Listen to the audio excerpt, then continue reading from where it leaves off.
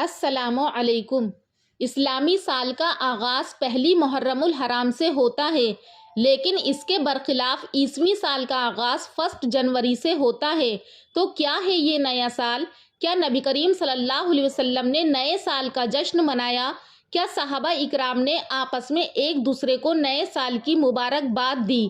کیا تابعین کے زمانے میں اس رسم کو منایا گیا؟ کیا دیگر مسلمان حکمرانوں نے اس کے جشن کی محفلوں میں شرکت کی؟ یہ وہ سوالات ہیں جن کا جواب ہر عقل مند شخص نہیں میں دے گا کہ کسی نے نیا سال نہیں منایا، پھر آج کیوں مسلمان اس کام کو انجام دے رہے ہیں؟ آخر یہ کس نے ایجاد کیا؟ کون سی قوم نئے سال کا جشن مناتی ہے اور کیوں مناتی ہے؟ اور اس وقت مسلمانوں کو کیا رویہ اختیار کرنا چاہیے؟ آج کی اس ویڈیو میں اسی بات کو سمجھانے کی کوشش کروں گی۔ پیارے دوستو، دنیا کے تمام مذاہب اور قوموں میں تہوار اور خوشیاں منانے کے مختلف طریقے ہیں۔ ہر ایک تہوار کا کوئی نہ کوئی پس منظر ہے اور ہر تہوار کوئی نہ کوئی پیغام دے کر جاتا ہے جن سے نیکیوں کی ترغیب ملتی ہے اور برائیوں کو ختم کرنے کی دعوت ملتی ہے۔ جیسے جیسے دنیا ترقی کی منازل طے کرتی گئی، انسانوں نے کلچر کے نام پر نئے جشن اور تہوار بنائے۔ انہی میں سے ایک نئے سال کا جشن ہے۔ دراصل یہ نئے سال کا جشن عیسائیوں کا ایجاد کیا ہوا ہے۔ عیسائیوں میں پرانے زمانے سے نئے سال کے موقع پر جشن منانے کی روایت چلتی آ رہی ہے۔ اس کی ایک وجہ یہ بتائی جاتی ہے کہ ان کے عقیدے کے مطابق 25 دسمبر کو حضرت عیسیٰ علیہ السلام کی پیدائش ہوئی۔ اسی کی خوشی میں کرسمس ڈے منایا جاتا ہے، جس کی وجہ سے پوری دنیا میں جشن کی کیفیت رہتی ہے اور یہی کیفیت نئے سال کی آمد تک برقرار رہتی ہے۔ مغربی تہذیب یعنی یہود اور نصارہ کے یہاں نئے سال کے جشن میں پورے ملک کو رنگ برنگی لائٹوں اور قمقموں سے سجایا جاتا ہے اور 31 دسمبر کی رات میں 12 بجنے کا انتظار کیا جاتا ہے اور 12 بجتے ہی ایک دوسرے کو مبارکباد دی جاتی ہے، کیک کاٹا جاتا ہے، ہر طرف ہیپی نیو ایئر کی صدا گونجتی ہے، آتش بازیاں کی جاتی ہیں اور مختلف نائٹ کلبوں میں تفریحی پروگرام رکھا جاتا ہے جس میں شراب و شباب اور ڈانس کا بھرپور انتظام رہتا ہے۔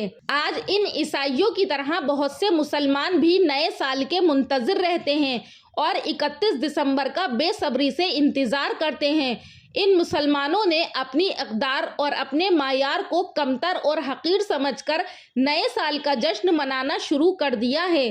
خاص کر نوجوان نسل آپے سے باہر ہو جاتی ہے، لاکھوں روپے کی آتش بازی پھونکتی ہے اور ہوائی فائرنگ کی جاتی ہے، اور خاص کر نوجوان موٹر سائیکل اور کاروں میں ڈیک چلا کر کان پھاڑ دینے والی گانوں کی آواز کے ذریعے سے سڑکوں پر ٹولی بنا کر ادھم مچاتے ہیں اور دوسرے لوگوں کا سکون برباد کرتے ہیں، جبکہ یہ عیسائیوں کا ترتیب دیا ہوا نظام تاریخ ہے۔ مسلمانوں کا اپنا قمری اسلامی نظام تاریخ موجود ہے جو نبی کریم صلی اللہ علیہ وسلم کی ہجرت سے جڑا ہوا ہے، جس کا آغاز محرم الحرام سے ہوتا ہے۔ یہی اسلامی کیلنڈر ہے، لیکن افسوس تو یہ ہے کہ ہم میں سے اکثر لوگوں کو اس کا علم بھی نہیں ہو پاتا ہے۔ آج مسلمان نئے سال کی آمد پر جشن مناتا ہے، کیا اس کو یہ معلوم نہیں کہ اس نئے سال کی آمد پر اس کی زندگی کا 1 سال کم ہو گیا ہے؟ زندگی اللہ تعالیٰ کی طرف سے عطا کردہ ایک بیش قیمتی نعمت ہے اور نعمت کے زائل یا کم ہونے پر جشن نہیں منایا جاتا بلکہ افسوس کیا جاتا ہے۔ حضرت عبداللہ ابن مسعود رضی اللہ تعالیٰ عنہ فرماتے ہیں کہ میں کسی چیز پر اتنا نادم اور شرمندہ نہیں ہوا جتنا کہ ایسے دن کے گزرنے پر جس کا سورج غروب ہو گیا ہو اور اس دن میں میرا ایک دن کم ہو گیا اور اس میں نے اپنے عمل میں کوئی نیک کام نہ کیا ہو۔ اسی طرح حضرت حسن بصری فرماتے ہیں کہ اے ابن آدم، تو ایام ہی کا مجموعہ ہے، جب ایک دن گزر گیا تو یوں سمجھ کہ تیری زندگی کا ایک حصہ گزر گیا۔ یہ عمر اور زندگی جو ہم کو عطا ہوئی ہے وہ صرف آخرت کی ہمیشہ رہنے والی زندگی کی تیاری کی خاطر عطا ہوئی ہے کہ ہم اس کے ذریعے آنے والی زندگی کو بہتر بنا سکیں اور اپنے اعمال کو اچھا کر سکیں۔ حضرت علی رضی اللہ تعالیٰ عنہ فرماتے ہیں کہ یہ دن تمہاری عمروں کے صحیفے ہیں، اپنے اچھے اعمال سے ان کو زینت بخشو۔ اور جب نیا مہینہ یا نئے سال کا پہلا مہینہ شروع ہوتا تو نبی کریم صلی اللہ علیہ وسلم اور تمام صحابہ اکرام ایک دوسرے کو یہ دعا سکھاتے اور بتاتے تھے کہ اے اللہ، اس نئے سال کو ہمارے اوپر امن و ایمان، سلامتی اور اپنی رضامندی اور شیطان سے پناہ کے ساتھ داخل فرما۔ اس دعا کو خوب پڑھنا چاہیے، اور جب نیا سال آئے تو اس وقت مسلمانوں کو 2 کام خصوصاً کرنے چاہیے، یا دوسرے الفاظ میں یہ کہہ لیجئے کہ نیا سال ہمیں خاص طور پر 2 باتوں کی طرف متوجہ کرتا ہے۔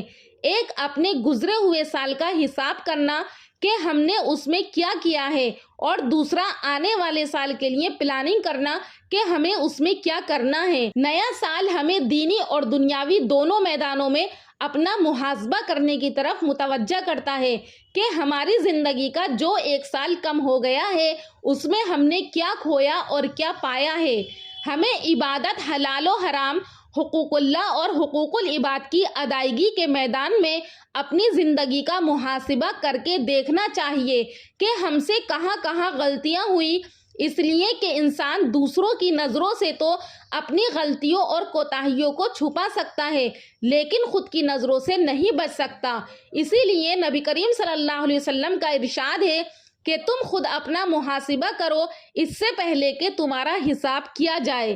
اسی لیے ہم سب کو ایمانداری سے اپنا اپنا مواخذہ اور محاسبہ کرنا چاہیے، اور ملی ہوئی مہلت کا فائدہ اٹھانا چاہیے اس سے پہلے کہ یہ مہلت ختم ہو جائے۔ اپنے گزرے ہوئے دنوں کا حساب اور جائزے کے بعد بہترین مستقبل کے منصوبے بنانے ہوں گے کہ کیا ہماری کمزوریاں رہی ہیں اور ان کو کس طرح دور کیا جا سکتا ہے، دور نہ صحیح تو کیسے کم کیا جا سکتا ہے۔